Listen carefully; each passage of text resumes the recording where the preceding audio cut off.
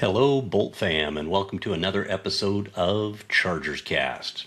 ChargersCast is a podcast about everything about our beloved Los Angeles, formerly San Diego Chargers. It is a podcast by fans for fans. So I really appreciate you hanging out with me week in and week out to talk about our beloved Chargers. Let's get into it. This is the first episode of 2026, so welcome to the new year. And we are here to talk about last week's Week 17 game at home at SoFi against the Houston Texans. A huge game with significant playoff potential ramifications. And then we are going to get into Week 18, a road game in Denver against the division rival Denver Broncos to wrap up the 2025 regular season. So let's go ahead and get into it. But first, as is tradition here, always got to have an ice cold beverage typically it's ice cold, just to keep the vocal cords lubricated while we're chatting here on the pod. And since it is January 1st and last night was New Year's Eve, we're going with something a little more mellow this episode. And we're just going with a good old-fashioned classic Mexican Coke with actual real sugar and not all that fake crap. And that ought to do the trick today. Hope everybody had a great New Year's, a safe New Year's, and is ready for a great 2026. Hear that? Gotta love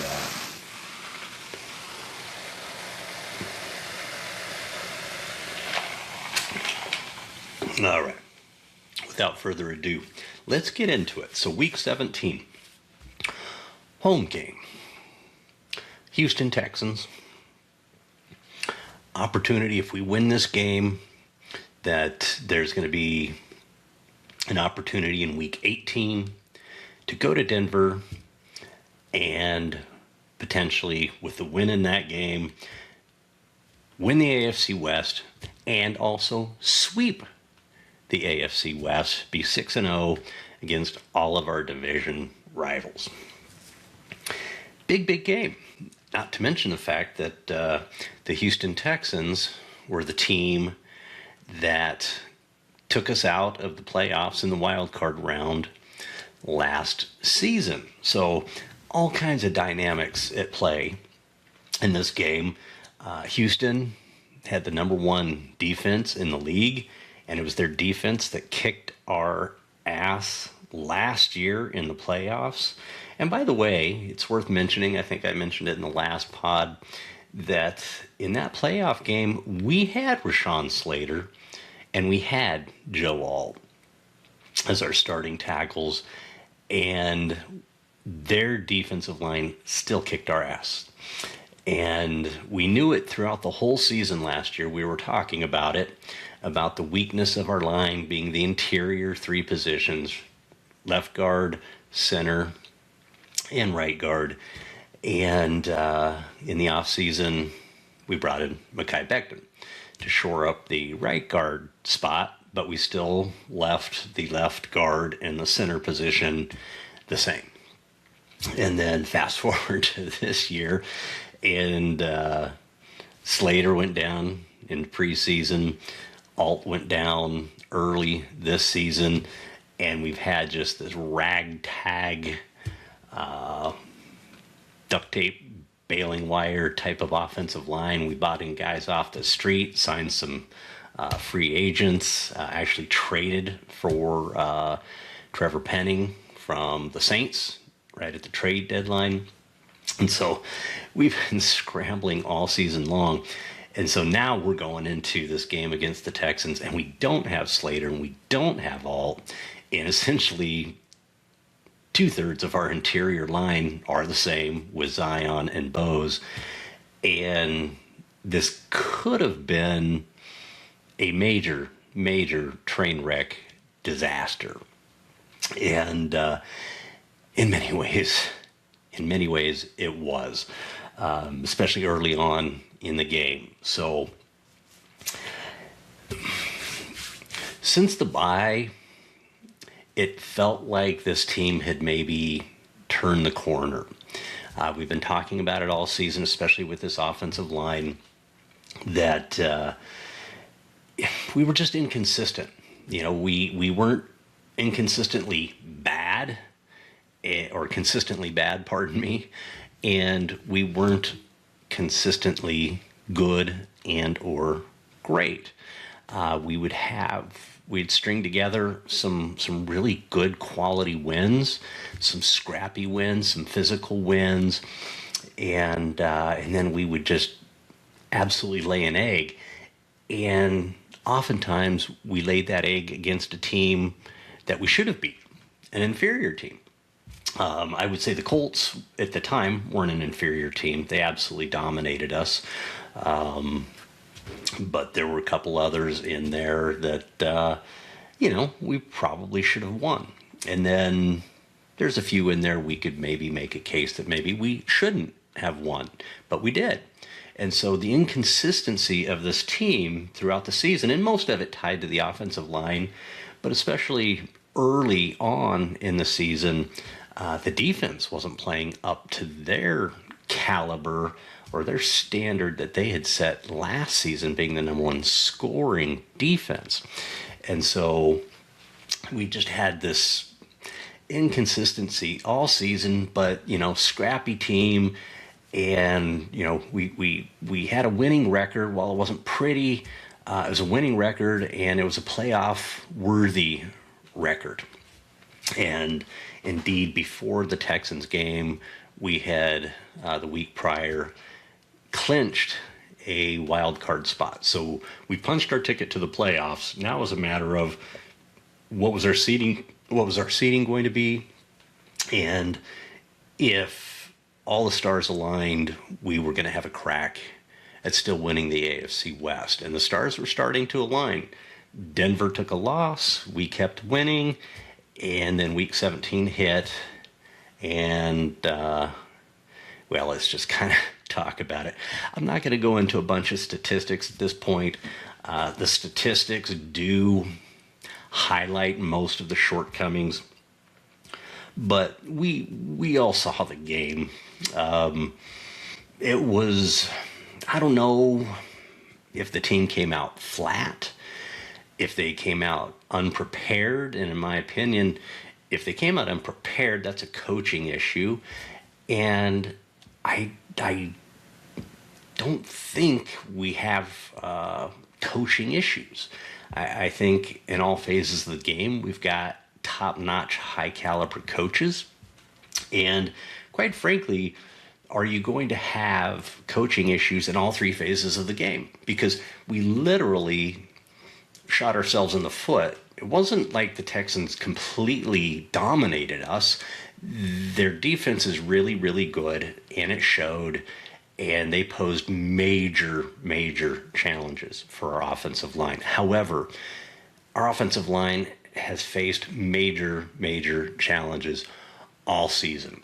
And between them scrapping and fighting, maybe not being that good. In fact, I think they're the worst offensive line in the game statistically in the NFL. I think they're pretty much 32 out of 32. They're still scrappy.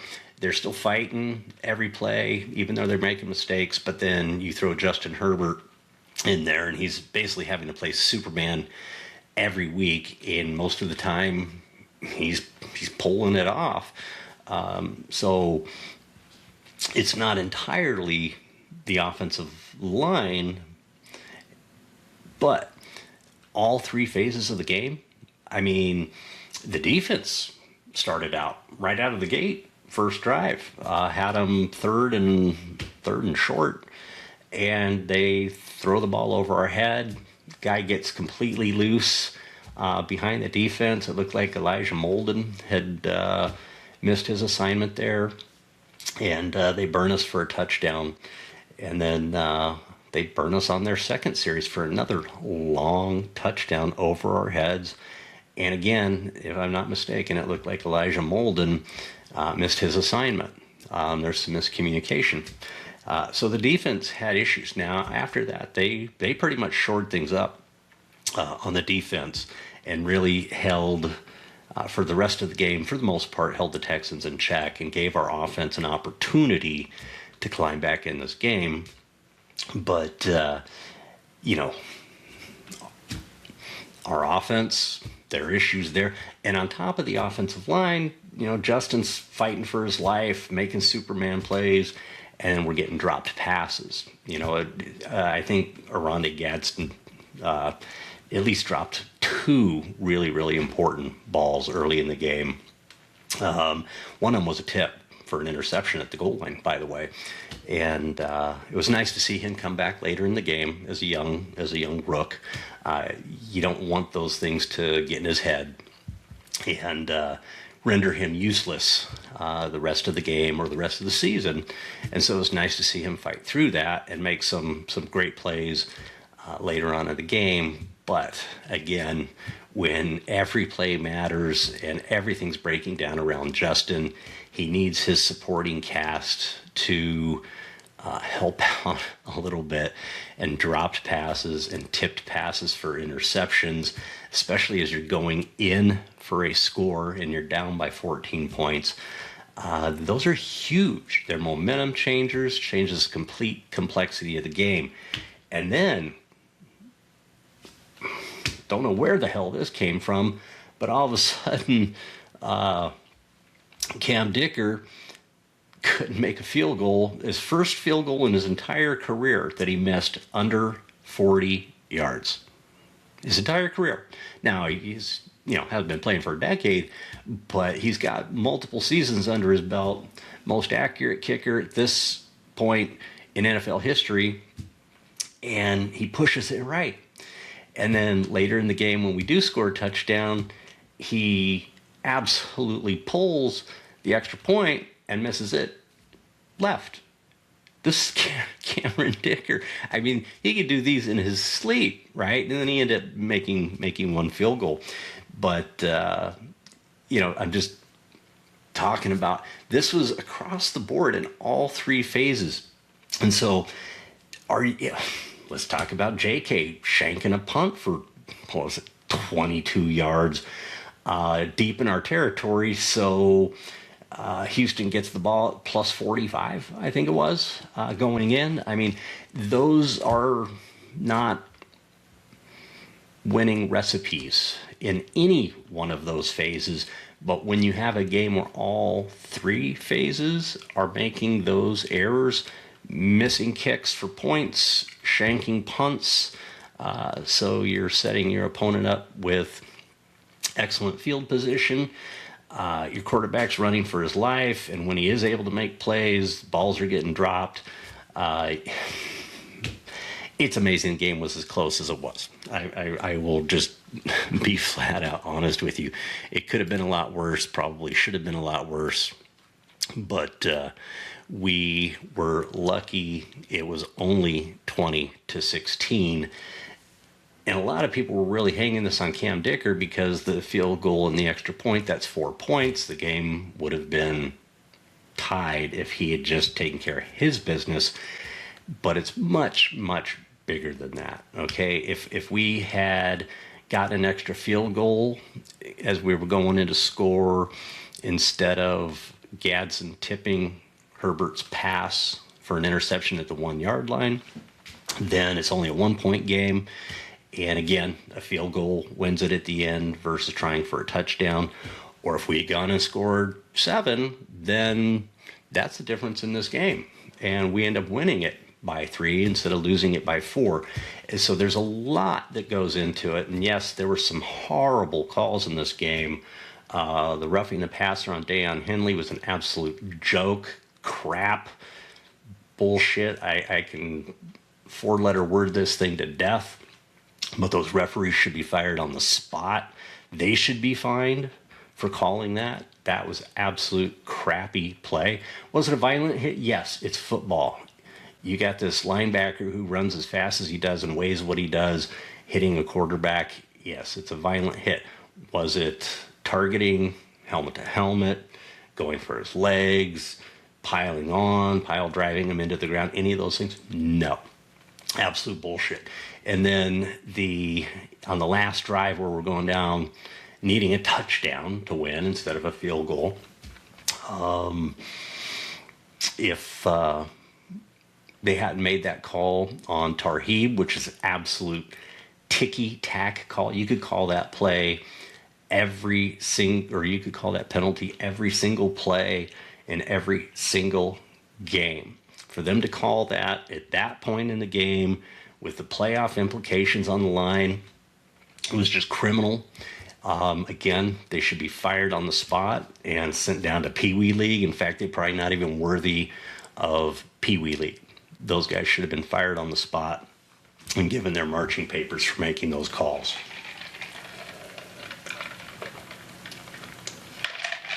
But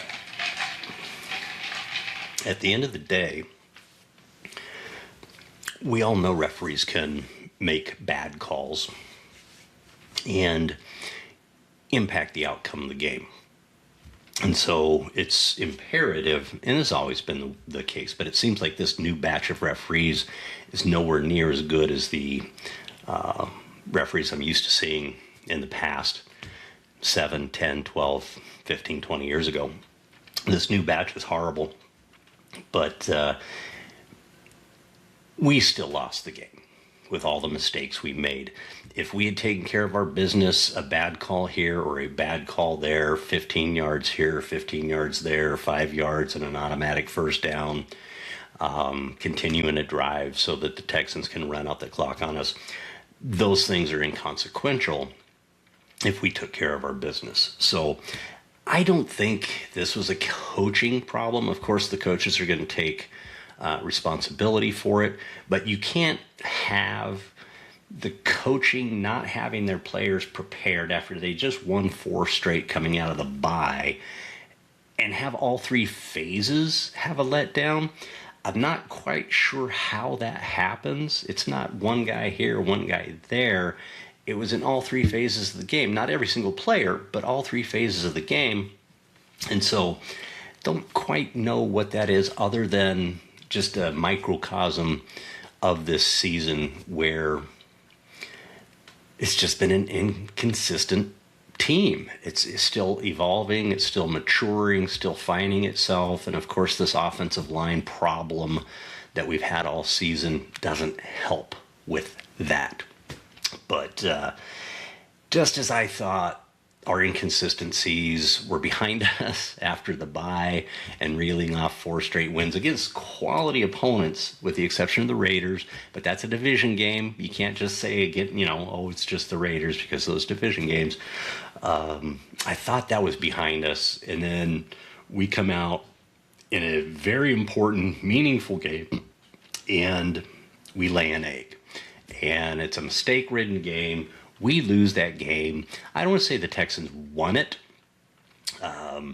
Obviously they did, but the mistakes we made, we lost the game. And that's most of the time in the NFL, be quite honest with you, is most teams lose a game, not the opponent winning the game. There are exceptions to that, but typically it's most teams are going to lose a game, and we lost this game with mistakes in all 3 phases. It was our game to win, so that week 18 was a major, important, another playoff atmosphere quality game where it's us going head to head with the Donkeys to win the AFC West. That's what I was hoping was going to come to fruition. That's what I thought could happen. That's what I thought should happen. That's what I was hoping for. And then see our guys step up, and with the Donkeys basically leading the division most of the season, to see us come in at the end and snatch it from them. How sweet would that have been? And we may have had a chance for the number one seed too, if all that had come to light, come to reality. And there were a couple teams, I think like New England, would have to have helped us out a little bit, but that's not going to happen. At this point, we can't win the division. We're locked in for a wild card spot, and it is what it is at this point. There's not a whole lot left to talk about the Texans game other than SoFi was rocking. I think it was the most rocking home field environment that the Chargers have had.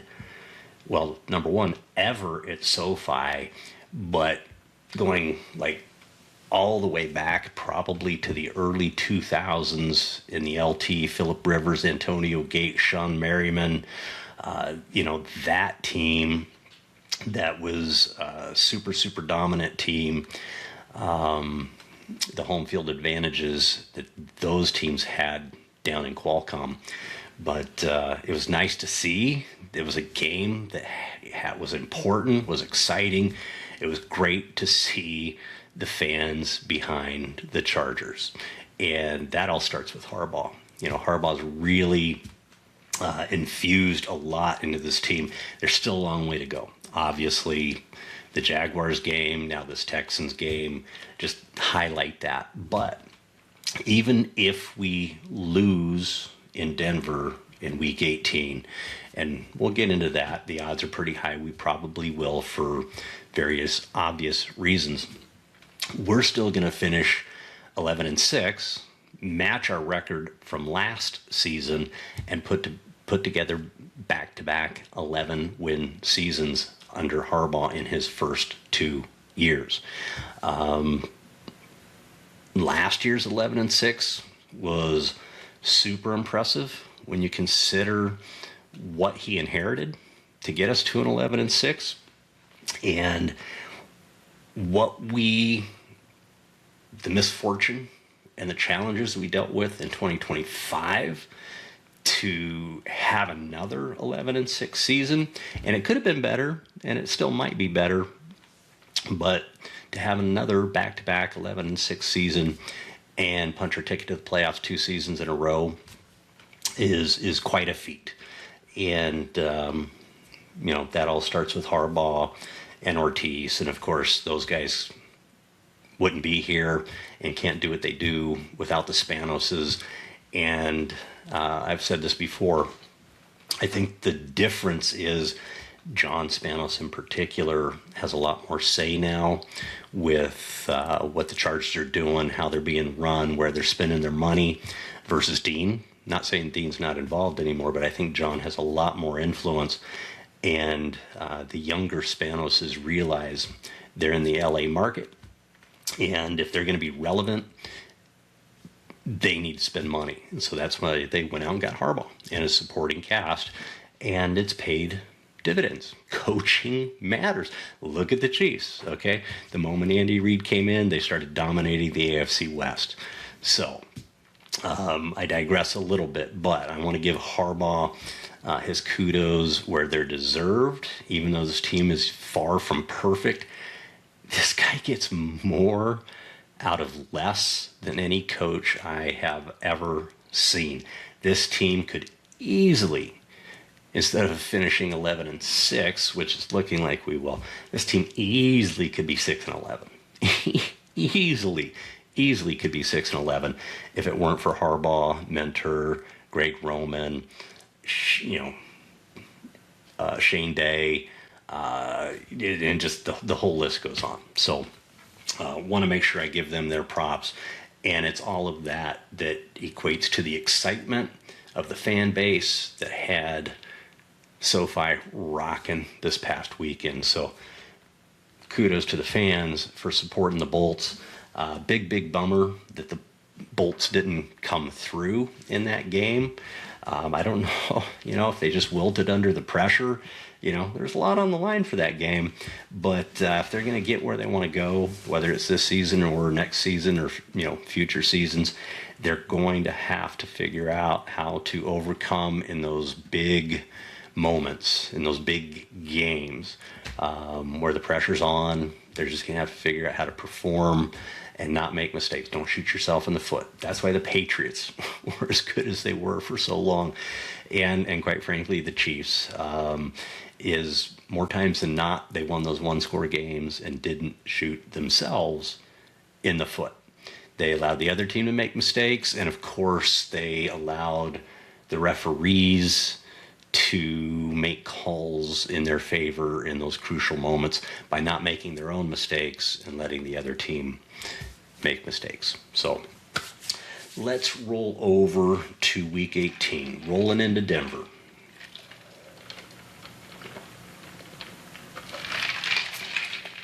Harbaugh came out this week, said Justin will be inactive. He's going to rest him up for the playoffs, and saw a lot of stuff out on social media. Hey, is this the right move? Saw some folks quoting, back in the Staley days where they went into the last game of the season, started their starters, and Mike Williams ended up getting hurt. He'd always had back problems, ended up hurting his back and not being able to play in the playoffs. For Herbert in particular, I think this is absolutely the right move. What's at stake in week 18? Sweeping the division, which would be really, really cool, but at the end of the day, it doesn't amount to a hill of beans. It means nothing other than bragging rights, right? And so Harbaugh knows that. It'd be great to do, but there are no brownie points. There are no blue ribbons. There are no banners. There are no trophies for sweeping the division. We would be the exact same team at 5-1 in the division as we would at 6-0 in the division. So that's irrelevant, other than just bragging rights. We could potentially, it's not a foregone conclusion, but we could potentially improve our wild card seeding. It's still kind of musical chairs between 5, 6, and 7. And at the end of the day, is there an ideal opponent depending on where you're seated? Really, no. I mean, each one of us maybe has our favorite, whether it's playing Pittsburgh or playing New England. I don't think anybody necessarily wants to play Houston right now with that defense.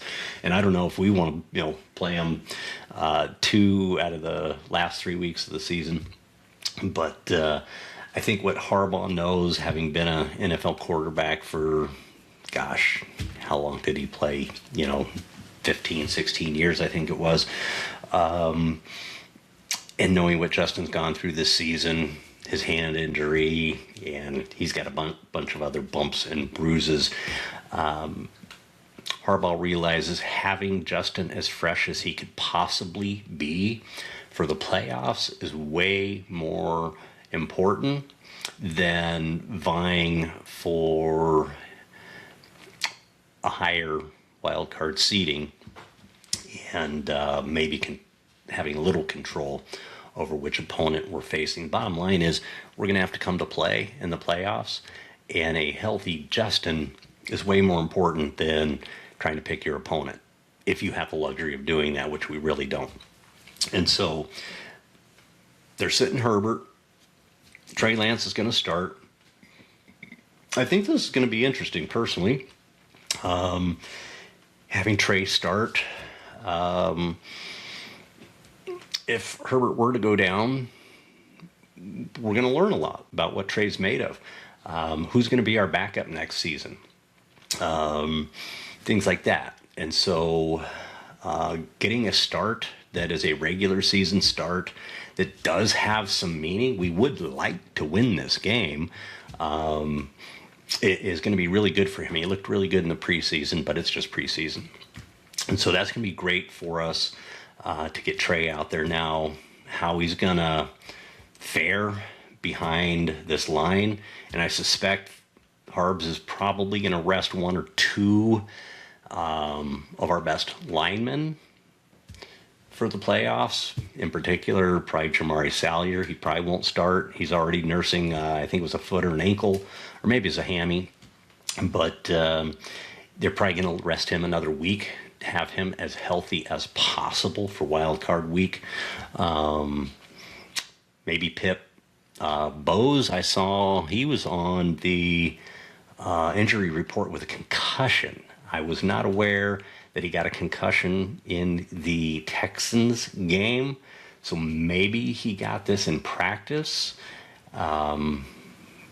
It might just be, precautionary, but also giving them a viable reason to sit Bose in Week 18 against the Broncos, and maybe have James start at center, which wouldn't be a bad thing. And I suspect Lance has gotten more snaps from him than Bose anyway, when he's, being the scout team.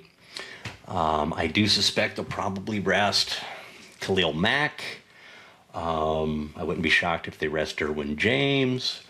I wouldn't be shocked if they rest Dayon Henley. He'd been battling an illness this season. Denzel Perryman, unfortunately, is still serving his 2-game suspension for another bullshit NFL rules.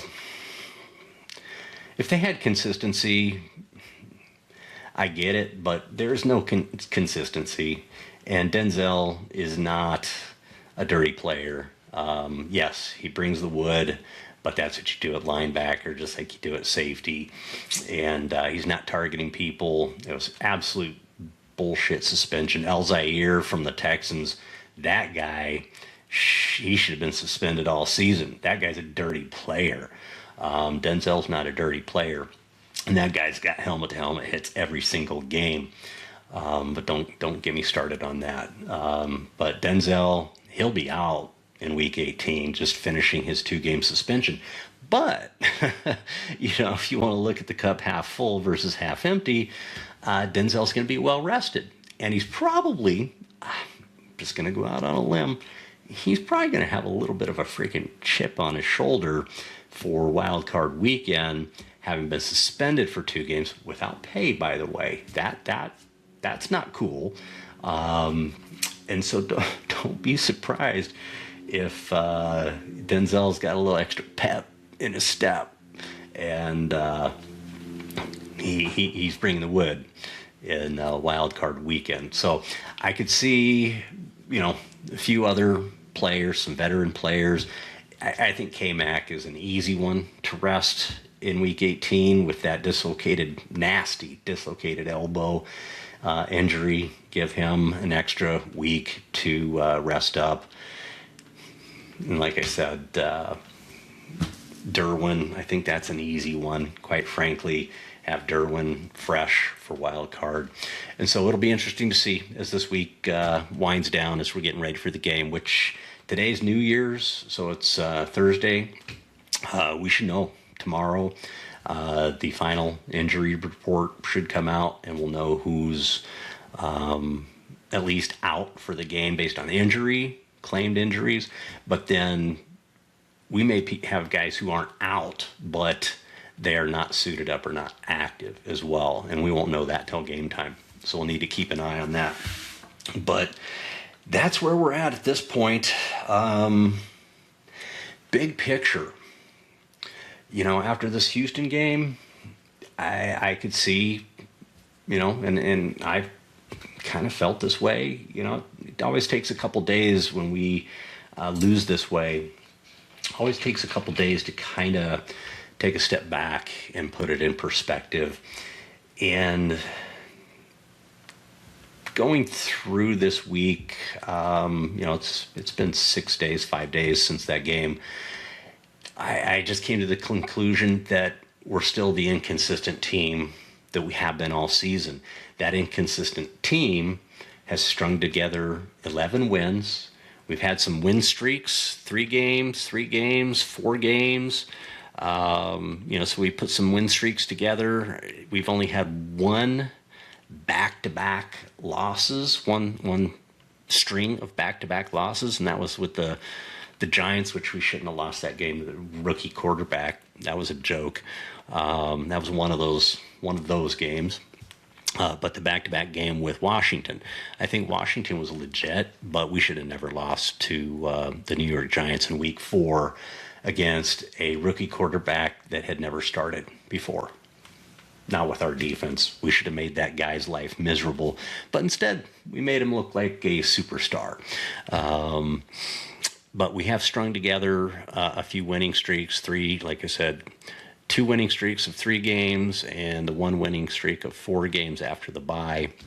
So this team is not necessarily, even though the Jaguars game and this game against the Texans may leave a lot of doubt in a lot of fans' minds that we're one and done in Wild Card Weekend in the playoffs, just like we were last year. But this team is capable. Not necessarily if you just look at them on paper. But this team is capable. They've proven it. They're capable of going on a run. And they're capable of beating quality opponents. And so, like I said during the bye, grab your popcorn, sit down, and enjoy this, because this team easily could be far worse than they are. Are they great? No. They're inconsistent? Yes. There's a lot of shortcomings on this team, but for them to string together 11, potentially 12 wins, but at least 11 wins this season, it's possible.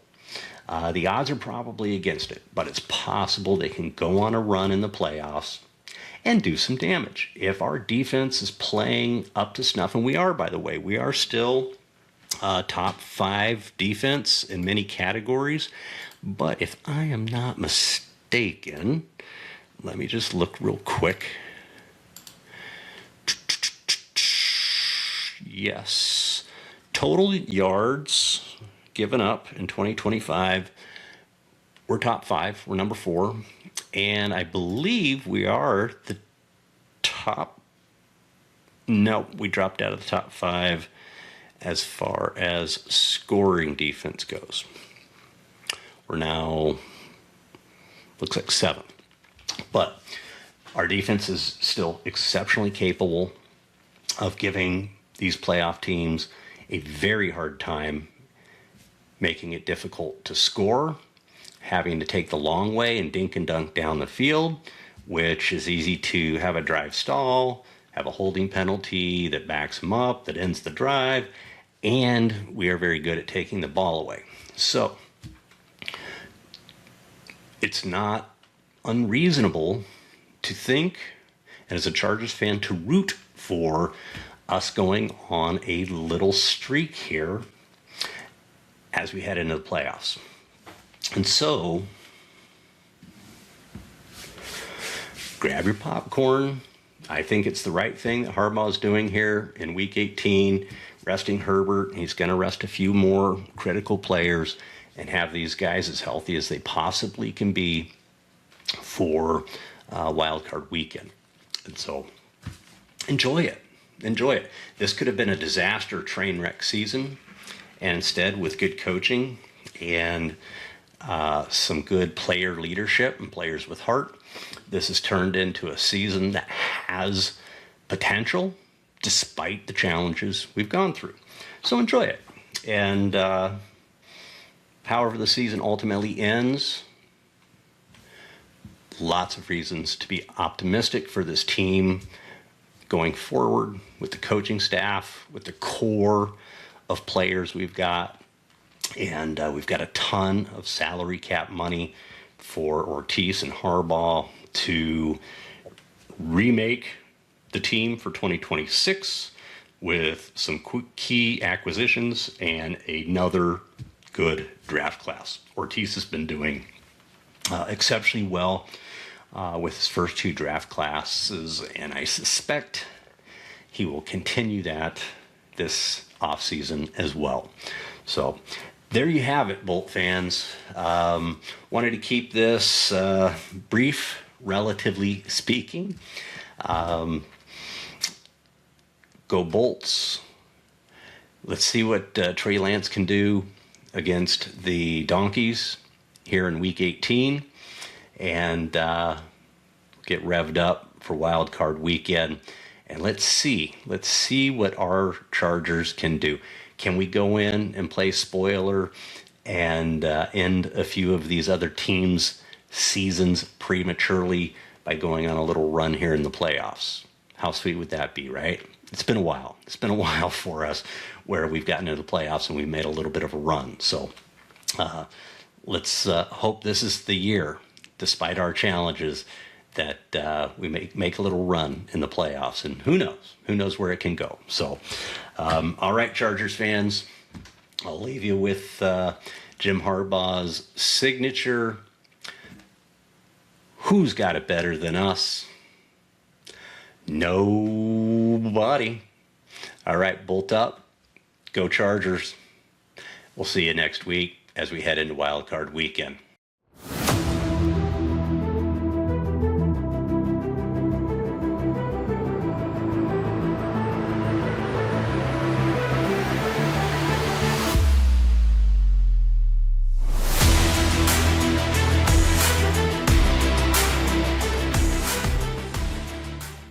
Hi, I'm Kirk Brewer, the creator and host of ChargersCast. I just wanted to say thank you so much for tuning in to another episode of ChargersCast. We really appreciate you engaging with the podcast. When I created ChargersCast, it was intended to be a podcast about everything Los Angeles Chargers from a fan perspective. It's by fans and for fans. So it's for you, and we really appreciate you being here. If you haven't done so already, please go down below, leave a comment, give us some feedback. We really love to hear from you. And if you haven't done so already, please subscribe and click the little bell so that you get notifications when new content drops. Again, thank you so much for tuning in to ChargersCast. And who's got it better than us? Nobody.